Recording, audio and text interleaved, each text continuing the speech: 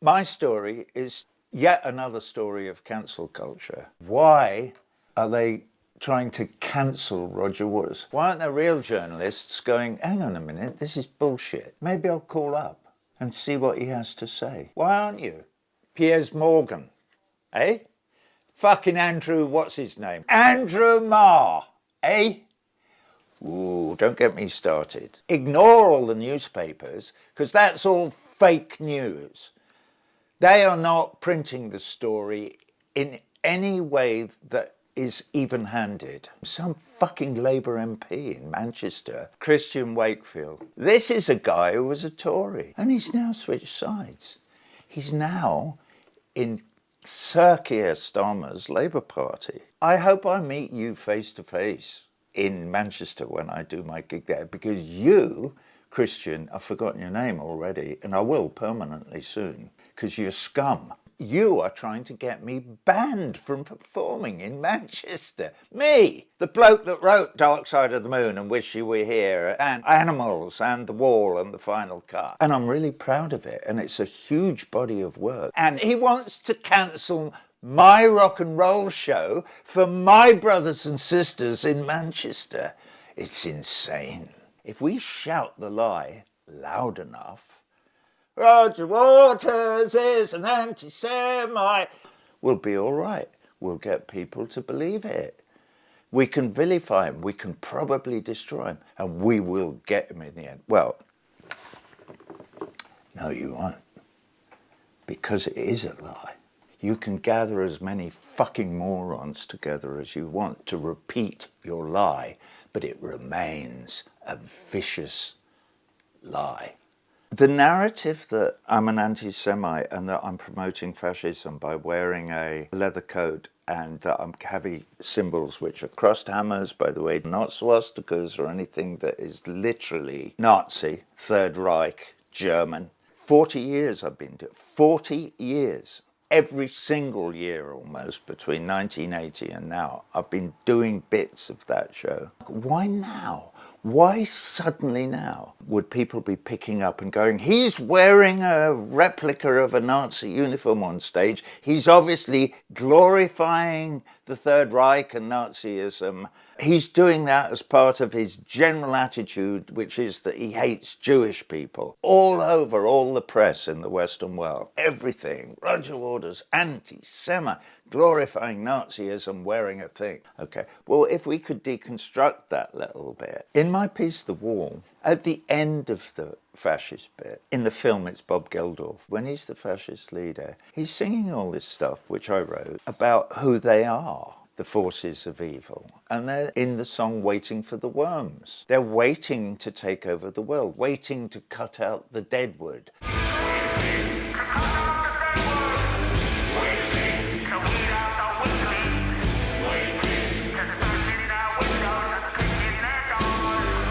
Pink, Bob Geldof, internally realizes that he's made a terrible mistake by wanting to become a powerful demagogue and rule the world. That's why he tries himself in the trial. He tries himself for having become a Nazi. So how you can transmogrify this work of theatre into me glorifying the Third Reich and Nazism beggars belief. Don't get me wrong, I may be shouting and I may seem powerful and whatever, but I'm still really upset. I can't believe that they're trying to do this to me. Yeah. I mean, clearly, well, you can hear it in my voice. Clearly, I'm upset beyond all measure to be called these names. They're deeply, deeply, deeply insulting, not just to me, but to my family. And particularly to my mother and father. My father died at Anzio on the 18th of February 1944, when I was 5 months old, fighting the Nazis. And when the war broke out and he was called up, he went before the conscription board and declared that he was a Christian and that he'd love to help, but he couldn't join the army because Jesus had told him he couldn't kill anyone. And so he became an ambulance driver, and he drove an ambulance all through the Blitz. And then it was there in London during the Blitz that he became politicised and eventually joined the Communist Party. By 1941-42, he had changed his mind, and he decided that the need to fight the Nazis trumped his pacifism. So he did his basic training, and then he went off to officer training, and he was commissioned in the Royal Fusiliers in 1943. Went off to North Africa, and a couple of weeks later, boshed on a boat, landed in Anzio to make the new bridgehead, and in the big push by the Nazis, he was killed a couple of weeks later. So they're attacking my dad when they attack me.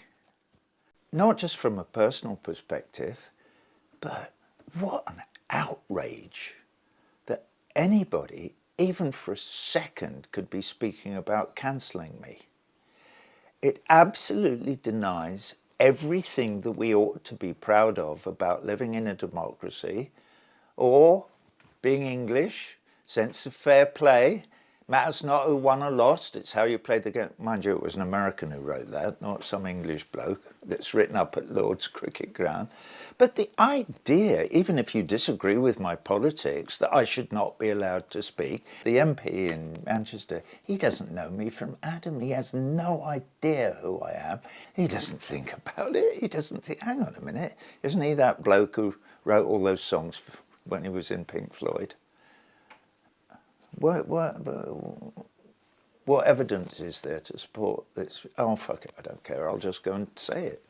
The fact that people are complaining about me mentioning Anne Frank and Shireen Abu Akleh in the same show, actually in the same song. It's a song called Powers That Be. And I put up the names of victims of violence from all over the world, like George Floyd, right, Blair Peach in England. Everywhere I went in North America, I put up one name from that town.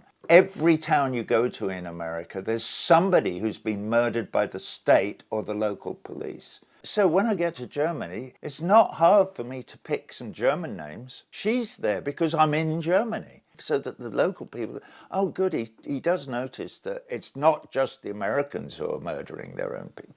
We were murdering our own.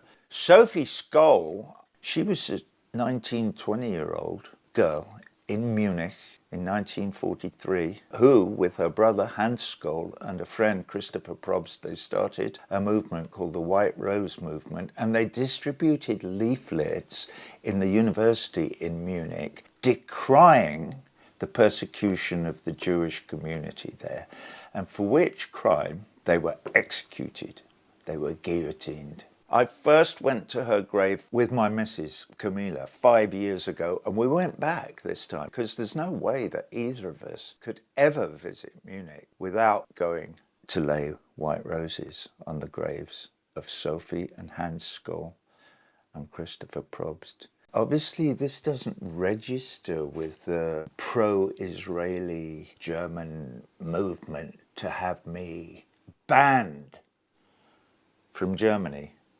But it nevertheless is the reality of my life. And on stage 2 nights ago in Frankfurt, I was trying to explain this to the audience that were there, because I didn't wear the leather coat there, as an act of understanding, really, to the people whose feelings it might hurt, i.e. the relatives of those men, Jewish men, who were rounded up by the Nazis. I sometimes feel like saying, hey guys, what am I doing? What have I done? You rounded them up and murdered them, not me. Sophie Scholl died for those men. She's the heroine. She didn't stand by silent and indifferent. Do you know who is standing by silent and indifferent? If I was standing by now, silent and indifferent to the oppression of the people of Palestine, like you are and your government is, particularly the German government, not all the people, because friends of mine, German friends of mine, are out in the streets protesting against the calumny of the current government of Israel now, just like I am. But your government is standing by silent and indifferent while there's a slow, creeping genocide being perpetrated upon the people of Palestine. This is why I'm being vilified in Germany, is because I'm suggesting that you, the German people, have to persuade your government to change all of that.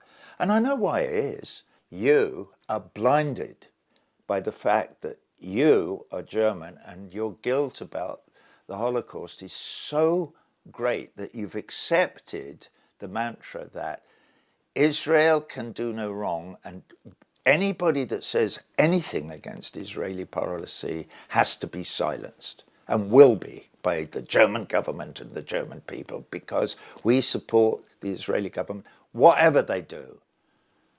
And we couldn't care less about the Palestinian people. All right, well, that's a position, but it's a very warped and strange position. They've been trying to get me cancelled there for months and months and months, and I fought back through the German courts. And I'm happy to say that the local court in Frankfurt, that the judge said, on the basis of the evidence before me, what this man wants to do in this concert hall is clearly not against any law. He should be allowed artistic freedom to express his thoughts and feelings in this piece, which is clearly an adaptation of a longer theatrical piece, which is called The Wall, which he has been performing one way or another and made films of for 40 fucking years. And suddenly now, you're all going, oh, it's anti-Semitic, it's this, it's that, the other. Why now? Well, I know the answer. And if anybody would listen to me, and you are listening to me, I could tell you the answer. The Israeli government sees me as an existential threat to their settler, colonialist, racist apartheid regime. That is why now. And they've done everything that they can think of to discredit me and try and destroy my career, and if possible, destroy me and my family. So that is why it's not rocket science. It's not a mystery that it's taken the Roger Waters haters to catch up with this piece of work that I wrote and produced and directed 45 years ago. What about the Star of David on the pig that you use at every show? Which is one of the lies that they've been putting out in all the newspapers. He, in his current show. Well, hang on a minute. Back in 2013, when I was in the middle of touring the theatrical piece, The Wall, all over the world, Belgium, one night, and there is a pig, and it has a number of symbols on it, including the crucifix and the star and crescent. The Star of David is only part of a group of symbols that represent dogma. And I started getting complaints coming in. You're being anti-Semitic, you're blah, blah, blah, blah. Well, no, I'm not. Oh, but you're really upsetting Jewish people. So I thought about it, and I thought, there might be something in there. I can imagine some little old lady somewhere in Belgium who might see this and think, I can feel them going, because it really, really upsets them to see the symbol of their religion on this balloon. So I scrubbed it out immediately. We'd done 5 gigs. That was in early 2013. And they're now they're saying that I've done it at every single show I've ever done and blah, blah, blah. And nobody ever tells the story that said he got complaints about it, so he scrubbed it out. And when I understand, I don't want to hurt anybody's feelings. Am I going to keep attacking the state of Israel and its policies in the West Bank and in Gaza? Yes, I am. And I will until the day I die. Or they modify their position to give human rights to the indigenous people of all the lands between the Jordan River and the sea. It's really simple. This whole story for me didn't start till 2006 when I went to Palestine. I saw apartheid in action, even if it was just the roads. Wow, this is weird. It's beautiful. Yeah, it's for Jews only. Don't be daft. Yeah, it is. You can't go on this road if you're not a Jew. You're kidding. No, I'm not. fucking hell, imagine you live in England and you can't go up the M1 unless you're a Christian. It's so alien to everything that we claim to believe in. The guards at all the crossings and places you have to go to, who are all about 10 years old. And even me, there I am with my British passport, because we were in UN vehicles, we were treated like, they didn't quite spit on us. But then I thought, Mom, if they treat me like this, imagine how they treat the Palestinians. And I saw them. It's actually quite depressing to witness. You know, when you stand in front of an edifice like this, whether it's here or you know, outside a township in South Africa or in the Warsaw Ghetto during the Second World War or in Berlin in the 60s and 70s, there's something, you know, instinctively that this is wrong. And it's unconscionable the way they treat. And they kill them. They just openly kill them. They shoot them all the time, dead. And they bomb them, dead. And so I've been doing everything that I possibly can to expose that bit. And I will continue to do so. And I will hope eventually to open the eyes of ordinary people in England and in North America, those being the two places where I live, to the evils of the apartheid state of Israel, until such time as they moderate their ways and start abiding by this Bible, this one, Universal Declaration of Human Rights. When I see the army of thugs with their blue and white flags storming through the old city of Jerusalem on Flag Day, beating up any Palestinian who dares to be in their own street, shouting, "Kill the Arabs! Kill the Arabs! Kill the Arabs!" as they march through the street with their Israeli flags. And nobody's going, "Oh, you can't say that. That's a hate crime." And it really is a hate crime, but there's nobody saying that. The police are there egging them on. So cancel culture is trying to get you to believe that in some weird way, my defense of the people of Palestine is more violent than the young thugs kicking Palestinians to death, or the IDF soldiers shooting them through the heart with their sniper rifles, like they did on the Great March of Return to that young Palestinian medic. Thousands upon thousands of them. These are just words, and these are my heartfelt, passionate words. A lot of my political ideals are fostered through this, mainly following my mother. She once said to me when I was struggling with something or other, she said, "Roger, throughout your life, you're going to come up with all kinds of knotty problems, things that you have to wrestle with. This is my advice to you. Read, read, read, read, and then read some more. Find out everything there is to know about whatever the question might be, however long it takes. When you've done that, you've done all the heavy lifting. The hard work is over." What do I do then, Mum? She said, "Next bit's easy. You just do the right thing." You know, it's not hard. But you do have to do the reading, and you cannot believe what the BBC tells you, because it's completely a mouthpiece of government and the ruling class. You are not being told any of the truth. So what I would suggest you should do is, like my mother would suggest you do, and read, read, read. And don't read the Daily Mail or the Guardian. The Guardian. What is a Guardian of? Ugh. Read what people who know about these things have to say. Go to Double Down News and watch Naomi Wimborne Adrisi. And I've watched Double Down News. I'm on it now. And it is not fake news.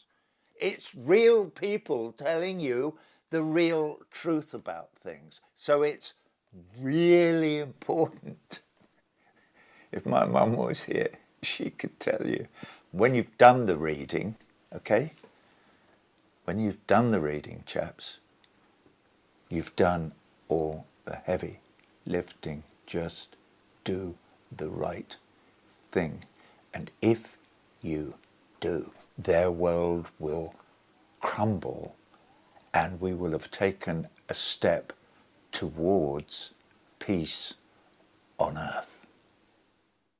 It's extremely important to support Double Down News on Patreon. We've spoken a lot today about the media and how they've been subdued by the ruling class. So we need voices like Double Down News to keep us in the picture and to tell us some truth and to help us continue to move towards peace on earth, as I said before.